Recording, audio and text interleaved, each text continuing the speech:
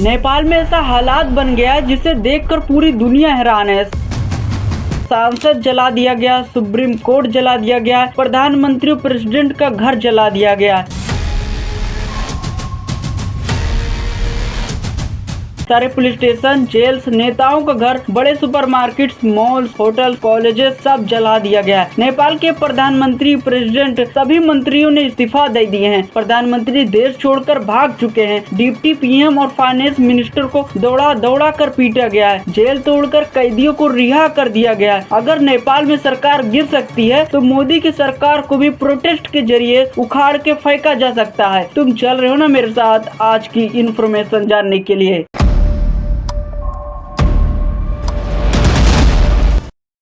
नेपाल में भले जो आज चल रहा है लेकिन इसकी चिंगारी तो करीब 20 साल पहले उठ चुकी थी। 2006 में नेपाल में हुआ लोकतंत्र आंदोलन, जिसमें लोगों ने किंग ज्ञानेंद्र को ऑटो क्रेडिट रूल को खत्म करने की मांग की। ये मूवमेंट सक्सेसफुल हुआ और वहाँ डेमोक्रेसी आ गया, लेकिन हालात बद से बदतर हो गया। 208 से लेकर अब तक नेपाल में 14 सरकार बदल चुकी है। किसी भी सरकार ने अपना 5 ईयर टर्म पूरा नहीं किया है। लेकिन इससे भी बड़ा प्रॉब्लम ये था कि ज्यादातर समय केपी शर्मा ओली, पुष्पा कमल दहल और शेर बहादुर, इन तीनों में से कोई पीएम बनता था। भ्रष्टाचार का जड़ इतना गहरा था कि तीनों बड़े दल नेताओं पर घोटाले का आरोप लगा। शेर बहादुर देउबा, विमान सौदे में कमीशन लेने का आरोप। उनके पत्नी आरजू राणा देउबा, नेपाली नागरिक को फर्जी दस्तावेज से भूटानी बनाकर अमेरिका भेजने का आरोप। प्रचंड पुष्प कमल दहल, माओवादी लड़कों के लिए आए पैसे को गलत इस्तेमाल करने का आरोप। KP Sharma Oli, supreme court के आदेश को उल्लंघन करके जमीन बेचने का आरोप। यहाँ पर जनता का विश्वास पूरी तरह टूट चुका था। कुर्सी के साथ साथ म्यूजिकल चेयर खेल रहे थे। इनके रूल में $multi million airbase procurement scandal हुआ, प्लस कई और स्कैम हुए थे। बेरोजगारी 20% तक पहुंच गया, जिससे कारण ऑन एवरेज 2000 नेपालियों को हर दिन नौकरी के लिए अब्रोड जाना पड़ा। इसीलिए 2020 में लोगों को गुस्सा भड़कने लगा। लोगों ने इनफ इज इनफ कैंपेन चलाए, पेंडेमिक मिस मैनेजमेंट के खिलाफ आवाज उठाए। 2022 में no net again movement, recycled leaders चुनने के खिलाफ आवाज उठाए। लेकिन असली सीमा तब पार हुआ 4 सितंबर को सरकार ने फेसबुक, व्हाट्सएप, यूट्यूब जैसे 26 सोशल मीडिया ऐप्स बैन करा दिए और जेनजी लोग को पता चल गया कि उनकी आवाज को दबाया जा रहा है। 8 सितंबर 2025 को काठमांडू की सड़कों पर अचानक हजारों युवा इकट्ठा हुए। ये कोई नॉर्मल प्रदर्शन नहीं था, इन्हें इकट्ठा किए थे एनजीओ हामी नेपाल ने। हमारी हामी नेपाल टीम को बहुत टारगेट किया। इन्हीं युवाओं को बार बार नाकाबिल कहा गया था, ये सिर्फ मोबाइल और टिकटॉक तक सीमित रह जाएंगे। लेकिन इस बार जेनजी ने इतिहास लिख दिए हैं। 20 से 25 साल के लड़के लड़की कुछ स्कूली यूनिफॉर्म में, कुछ कॉलेज की किताब के साथ, हाथों में प्ले कार्ड के साथ संसद भवन की ओर प्रोटेस्ट करते हुए जा रहे थे। लेकिन सरकार इस शांतिपूर्ण प्रोटेस्ट को मानने को तैयार नहीं थे। संसद के बाहर पहले से पुलिस तैनात थी। जब भीड़ बढ़ी तो पानी की बौछार इस्तेमाल किया गया, आंसू गैस इस्तेमाल किया गया। लेकिन कुछ ही देर बाद अचानक असली गोलियां भी यूज करने लगे।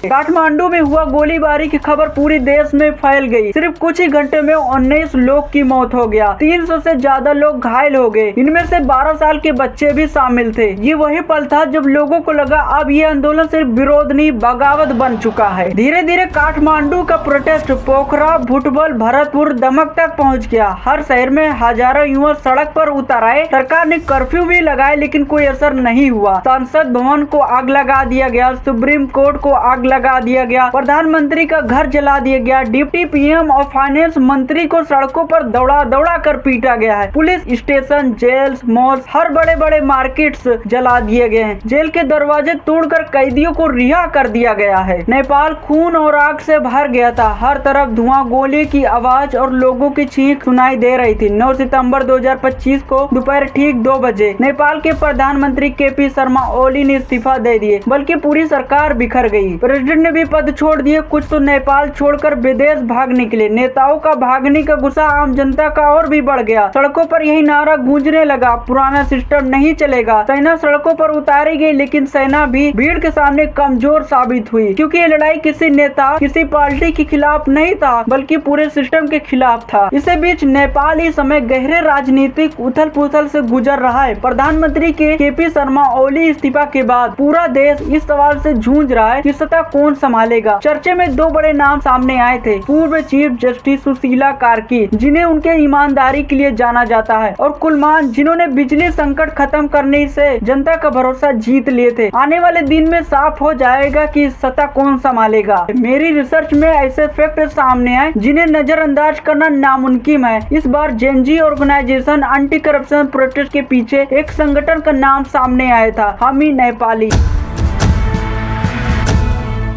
इसके फंडिंग और सपोर्टर्स को ट्रेस करते हुए मुझे 2021 का एक आधिकारिक डॉक्यूमेंट मिला है जिसमें इनके कुछ बड़े बड़े सपोर्टर्स का नाम साफ साफ लिखा हुआ था। दीपक भाटा जिसने 2005 में 120 मिलियन रुपए का फर्टिलाइजर स्कैम किए थे, और वहीं नहीं नेपाल की पुलिस आर्म्स डील स्कैम को भी मास्टरमाइंड माने जाते हैं। दूसरा नाम सलवा अग्रवाल जो कोविड टाइम में थर्मल गन स्कैम में लुप्त रहे। यही नहीं, जब मैंने आगे की फाइल खोली तो पता चला नेपाल के संसद के भीतर भी ऐसे भ्रष्ट नेटवर्क फैलाए हैं। लेकिन नेपाल की इन घटनाओं का असर सिर्फ काठमांडू तक सीमित नहीं है, भारत में भी इसे सोशल मीडिया पर नैरेटिव फैलाया जा रहा है। अगर नेपाल में सरकार गिर सकता है तो मोदी की सरकार भी प्रोटेस्ट के जरिए उखाड़ के फेंका जा सकता है। अब सवाल ये उठता है, क्या सिर्फ सोशल मीडिया ट्रेंड है, इसके पीछे कोई बड़ी प्लानिंग है? मेरी रिसर्च में ऐसे फैक्ट सामने आए कि आपको लगता है पाकिस्तान और बांग्लादेश की तरह अमेरिका के डीप असिस्टेंट भारत की सरकार गिराने वाले हैं? बस थोड़ी देर और रुकिए, पूरी बात समझ में आ जाएगी। सबसे पहले पाकिस्तान का केस समझ लो। साल 2022 में वहाँ क्या हुआ था कि वहाँ के सबसे कमजोर कड़ी पर वार किया गया। इमरान खान की सरकार बहुत कमजोर थी, फिर अचानक उनके खिलाफ नो कॉन्फिडेंस मोशन लाया गया, उनकी सरकार को गिरा दिया गया। एक बड़ी खबर आपको बता दें, लंबे सियासी उठापटक के बाद पाकिस्तान में आखिर इमरान खान की सरकार गिर गई है, जहां इमरान खान क्लीन बोल्ड हो गए हैं। देर रात तक पाकिस्तान की नेशनल असेंबली में अविश्वास प्रस्ताव पर चली। इमरान खान खुद ओपनली कहते कि पूरा गेम अमेरिका के एक डिप्लोमेट डोनाल्ड लो ने प्लानिंग किए थे। फिर बांग्लादेश की बारी आई, यहाँ सोशल मीडिया का हथियार बनाया गया। आरक्षण का मुद्दा उठाकर इसे इतना हाइप कर दिया गया कि शेख हसीना जो पूर्ण बहुमत से बैठी थी उन्हें डिक्टेटर दिखाया जाने लगा। प्रोटेस्ट शुरू हुआ और देखते ही देखते सिर्फ 25% माइनॉरिटी ने 75% मेजॉरिटी वाली सरकार को गिरा दिए। इसके पीछे क्लियर दिख रहा था कि अमेरिका की फाइनेंशियल पावर और मीडिया की पावर है। इंटरेस्टिंग बात तो यह क्या भारत में वही पैटर्न आजमाया जा रहा है? अभी हालात इतने तरह से नहीं बिगड़ी है, लेकिन कोशिश किया जा रहा है। एग्जाम्पल लेते हैं, पहलगाम में हिंदू मुस्लिम एकता तोड़ने की चाल दिखाई दी है, जबकि आतंकवादी धर्म पूछकर कभी गोली नहीं चलाते हैं। और अब नया नैरेटिव उठाया जा रहा है वोट चोरी का। अगर आप सोशल मीडिया पर जाकर वोट चोरी सर्च करेंगे तो आपको दिखेगा पिछले कुछ दिनों में बहुत सारे वीडियो अपलोड किए जा चुके हैं। पैटर्न वही है जो बांग्लादेश में यूज किया गया था। भारत में ऐसा कभी प्रॉब्लम नहीं आएगा क्योंकि यहाँ का जो संविधान है बहुत स्ट्रॉन्ग है। तो दोस्तों, ये वीडियो आपको कैसा लगा कमेंट बॉक्स में जरूर बताना। चैनल पर नए हैं तो जरूर सब्सक्राइब कर देना। मिलते हैं न्यू वीडियो में।